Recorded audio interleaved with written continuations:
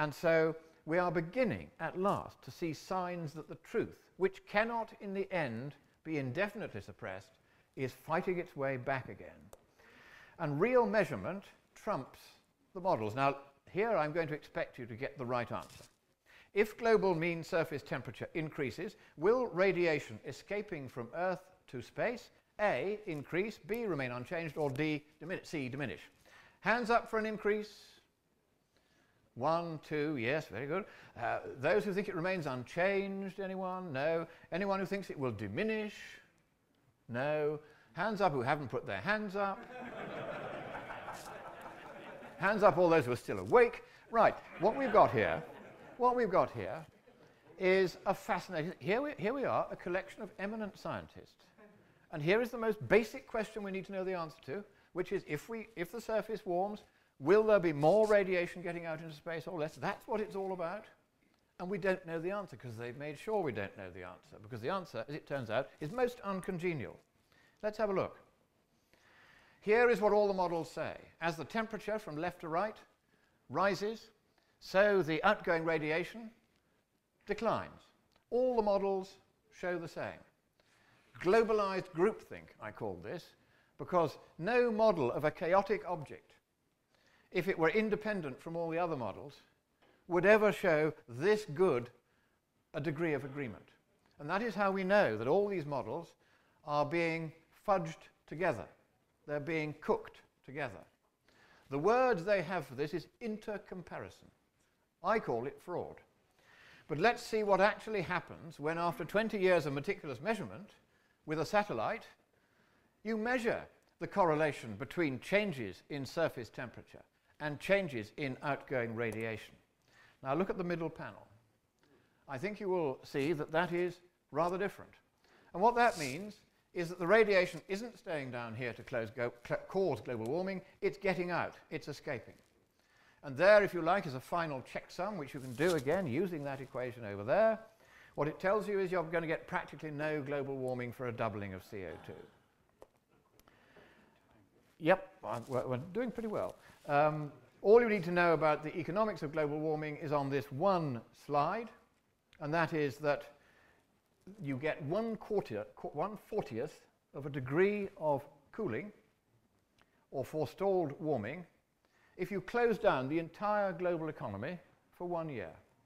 That's how little difference it makes. So my conclusion then is this. If we want to reassert science over the lies of these fraudsters, just a few of which I've shown you here, then what should we do about global warming? Well, at Copenhagen and elsewhere, we should have the courage just to do nothing, because the correct policy when dealing with a non-problem is to have the courage just to do nothing. Thank you very much. Do you think it's only about science, or do you think it's about the new world order like the Lisbon Treaty? Lisbon Treaty. Thank you. I think that's a very good question, and the answer is this. I've read the draft Copenhagen Treaty. How many of you have read the draft Copenhagen Treaty? How many of you have seen it mentioned? Now, I'm talking about the Copenhagen Treaty. How many of you have seen the Copenhagen Treaty? 1 or 2. How many of you have seen it in any mainstream news medium? No, not one. There is your problem. That treaty says there's going to be a world government. It's going to have powers of taxation equivalent to half the US defense budget every year for the US and about the same for everywhere else. It's going to have powers to close down all patent rights. It's going to have powers to close down all free markets and regulate them by public policy and not by freedom. All of these points are in that draft treaty.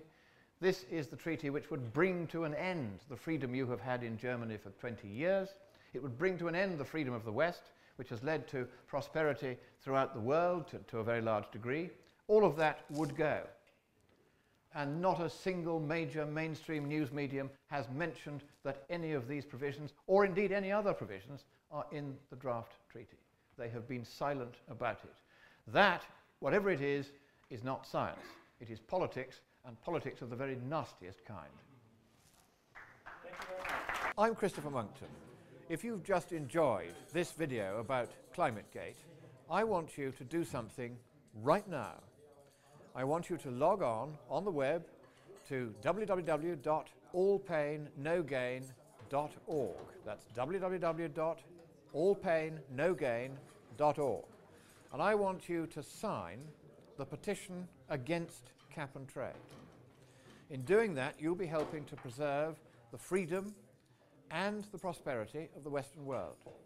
I also want you to support the Committee for a Constructive Tomorrow. That's CFACT, CFACT. That's one of the most effective organizations I know.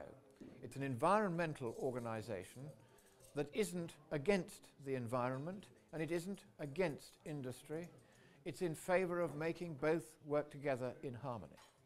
So remember, CFACT is the organization I want you to support. I want you to Twitter, I want you to Facebook, I want you to get on the web, get this video out there, get the message out there, and once again, allpainnogain.org. Please do it now. Thank you.